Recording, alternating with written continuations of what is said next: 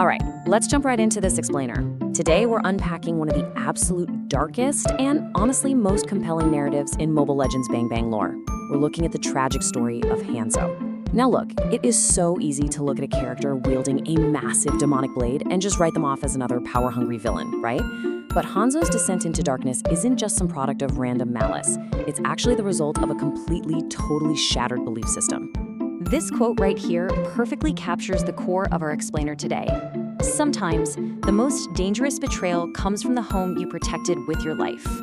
Because before Hanzo became this terrifying demonic entity known as the Akuma Ninja, he wasn't born evil. Not at all.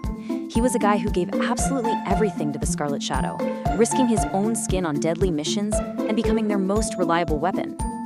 To really get why he fell so hard, we have to understand what he originally stood for. He literally lived and breathed this philosophy called Nindo. And for Hanzo, this wasn't just some catchy corporate slogan. It was a rule carved into his very soul.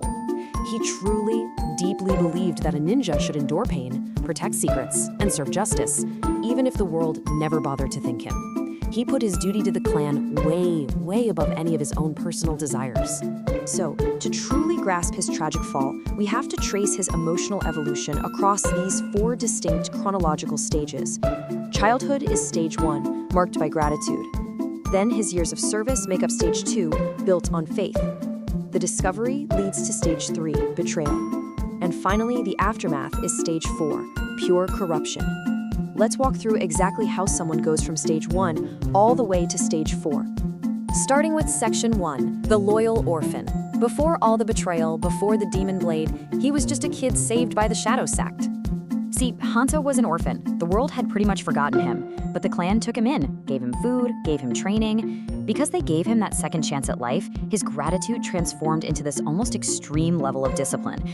For a kid who had nothing, finding a purpose feels exactly like salvation. He took the absolute hardest missions, earning massive merit, despite being common-born. His discipline was so intense that he would come back from a mission battered and bleeding and wouldn't even flinch. He'd give his report first. Pain came second. Duty came first. Which brings us to section 2, the missing ninjas. So the real turning point, where this blind, unwavering loyalty first bumps into suspicion, happens over something the clan just couldn't easily sweep under the rug. Hanzo started noticing that other adopted orphans, people exactly like him, were just mysteriously vanishing. No explanation.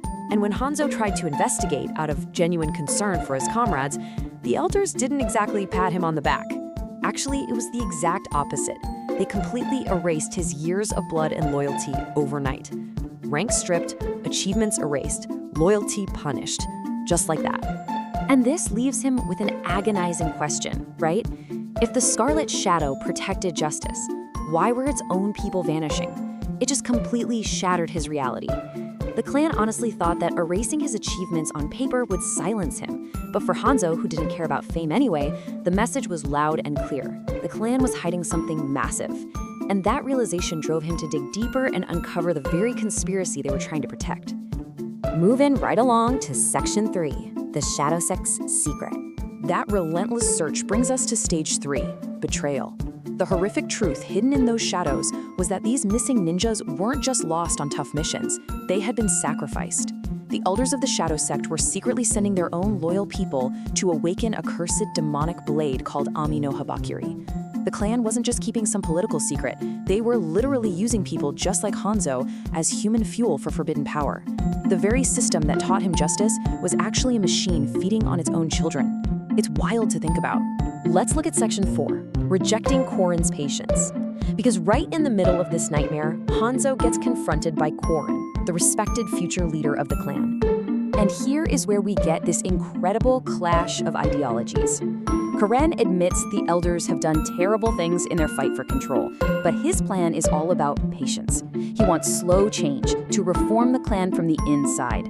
But to Hanzo, looking at the memory of all those destroyed lives, waiting was just a cowardly compromise. Korin wanted time, but Hanzo wanted violent, immediate judgment to cleanse a rotten system. In Hanzo's mind, a system that spoke the language of justice while systematically sacrificing its most vulnerable members was completely beyond saving. He asks Korin this gut-wrenching, unanswerable question. What about the dead? what about the orphans who trusted the clan? If the clan could do this, it wasn't just a noble structure with a few bad apples at the top. It was a corrupted body pretending to be noble. And you don't heal a rotten body, you cut it out. And that leads us to our final stage, Section 5, Birth of the Akuma Ninja. This horrific realization pushes him to cross a line that nobody comes back from. Let's walk through how this corruption actually happens. Hanzo makes a dark, calculated choice and grabs Ame no Habakiri. Normally, this blade would just consume whoever touches it, right? Step 1, the demon invades his body. But step 2, Hanzo doesn't just get possessed. His sheer rage and broken pride allow him to fight back against this vortex of souls. Step 3, he actually forces the demon to answer to his will and consumes the blade's power right back. And finally, step 4, he is reborn as the Akuma Ninja, forging this absolutely terrifying partnership. And bam, he unleashes Hanekage, the visual manifestation of this demonic force. When you see Hanekage on the battlefield, you aren't just seeing a cool magic trick. You are quite literally seeing the hunger that Hanzo willingly accepted. It represents his desire to act as this second, darker self, sent forward to completely erase every single thing connected to the Scarlet Shadow's hypocrisy. You know what his very first act with this new power is? He turns the blade against Kirin. Even though Kirin wanted reform, Hanzo just saw him as a symbol of weak compromise, someone who saw evil but chose to wait for permission to stop it. By devouring his former companion and walking out of those forbidden grounds, Hanzo's genuine quest for justice officially twists into an identity of pure, unadulterated destruction. This dark transformation really secures his place in the wider lore because it makes him the perfect tragic foil to heroes like Hayabusa. Both of these guys face the immense darkness of the Scarlet Shadow. But look at the stark difference here. Hayabusa faces the darkness and decides his pain has to turn into responsibility. Hanzo, on the other hand, decides the duty itself was a trap, turning his pain into an endless, all-consuming hunger. So as we wrap up this explainer, I want you to really think about this. Hanzo discovered a very real, horrific evil in his home, but instead of healing the wound, he became an even deeper one. When justice becomes hypocrisy, and a loyal warrior loses faith in literally everything he once protected, is the monster that emerges a villain, a victim, or simply a terrifying warning? Thanks for joining me on this deep dive, and keep questioning the shadows.